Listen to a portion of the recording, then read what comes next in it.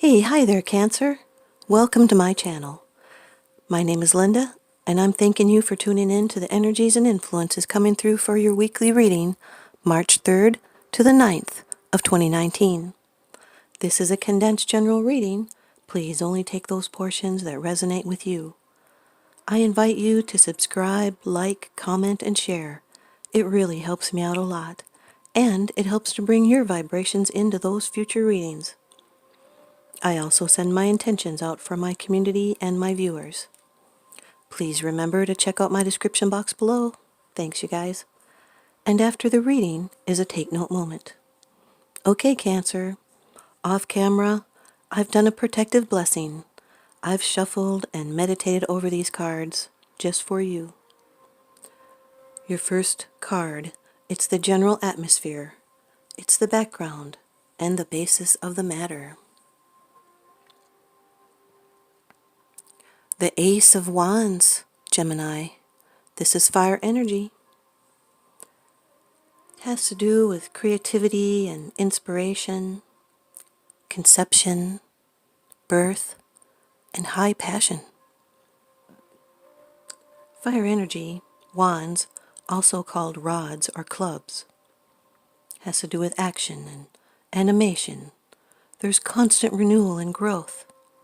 Has to do with creative ideas. This is ignition. It's the new beginning of enterprise, business, or arts and finance. This is being open for the new. It's a way out of hard times. It's the spark of inspiration, a gift from life. This is a very positive new beginning. It's a new opportunity, a seed to be nurtured. It could be a bright new idea, a burst of creative energy, a source of inspiration. It brings excitement, enthusiasm, and the energy for something new. So be courageous. It's new life, both literally and metaphorically. This is being open for a new way out of hard times. In a love reading, this indicates high passion and excitement and fun. In career, look for opportunities to be creative. And with all aces, this new opportunity must be grasped in order to come to fruition.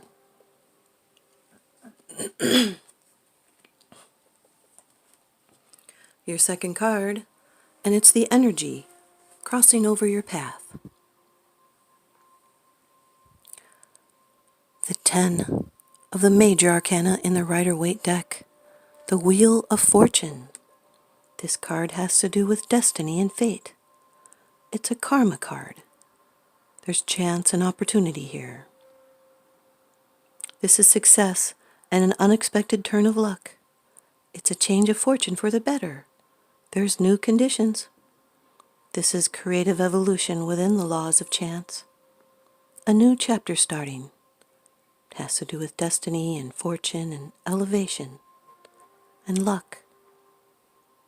It's a fate karma card. As the wheel turns, life changes. Things never stay the same, and events are going to turn around in some fashion. In this situation, it will change of its own accord. It is now beyond your control. This is a surprise gift that goes beyond reason and logic. You might feel like you're being on a roll, or lucky. Maybe aware of cycles and patterns. This is something that's been put into motion, over which you have little or no control over, so you must accept the action of the forces of destiny and align yourself with their aims. Generally, however, the outcome is considered favorable, and it's going to promote your growth. Your third card, and this is how it affects you. Number 4 of the major arcana in the Rider-Waite deck, the Emperor. This could be an Aries, but the primary principle to this card is authority and leadership. Sometimes when this card appears, the person, you or someone near you, is struggling to achieve independence and become their own person, and perhaps reconcile father issues. This is domination of the material world, represents authority, paternity, and the regulation of life by law. This is the fruits of toil and the results of action. It's controlled and directed attention. This is exercising power wisely. You may feel like you're under this person's influence, but this is love through healthy boundaries. It's stability and power and protection. This is a beneficent ruler. He will fight for what is right and what is his duty to protect. It's a father figure. Your fourth card, it's the position of the future. It's the outcome, the results, and the advice. The Queen of Swords, Cancer. This is an air energy person. Could be a Libra, an Aquarius, or a Gemini. They have great clarity of thought. This can also indicate pursuing your desires with strength and maturity. They're independent and they're mature. They have a keen mind. They could be a writer, a lawyer, or a minister, or a teacher. They're a great communicator. And they provide solutions with truth and honesty. She teaches us to accept life as it is. This is a need to be clear in your decisions. You need to be clear with your behavior and make sure that your point of view is thought through. This is a woman that has perfect mastery over the air, words, thoughts, and opinions. You are like this queen, or you are well on your way. This person has a strong will and determination, and she has supportive strength. This also indicates that there could be a person who is loyal and true around you, and she gives good advice. Your fifth card, it's the bottom of the deck card, the underlying issue. This is what's unseen. Number 11 of the major arcana in the Rider-Waite deck, Justice. This could be a Libra. This is another fate card. Has to do with karma, fairness, ethics, and law. This is divine justice. And justice will be done because balance is required. Any lawsuits that you're in, they will be won. Sometimes this indicates the desire for education, striving for truth and balance. There's equity and rightness, and triumph of the deserving side in law.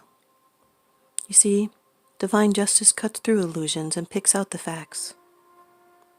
This may be an examination of your life, or more immediately of the situation. It calls you to weigh out everything carefully and to accept responsibility for what you have done, and to understand what other people in a situation have done. You see, the scales also balance past and future. The upright sword symbolizes the keen mind, able to cut through illusions and picks out the facts. This card tells us that we need to analyze a situation and differentiate between one thing or another. An instinctive honesty lies behind rational examination.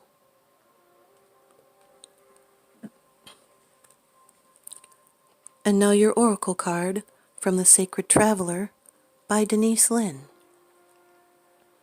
Unknown territory. You are exactly where you need to be, even if you're not consciously aware of it. Even if you don't have all the answers, keep going forward with your heart open. If you can't see clearly ahead and don't know where you're headed, keep moving forward. Do what feels right, even if your brain doesn't agree.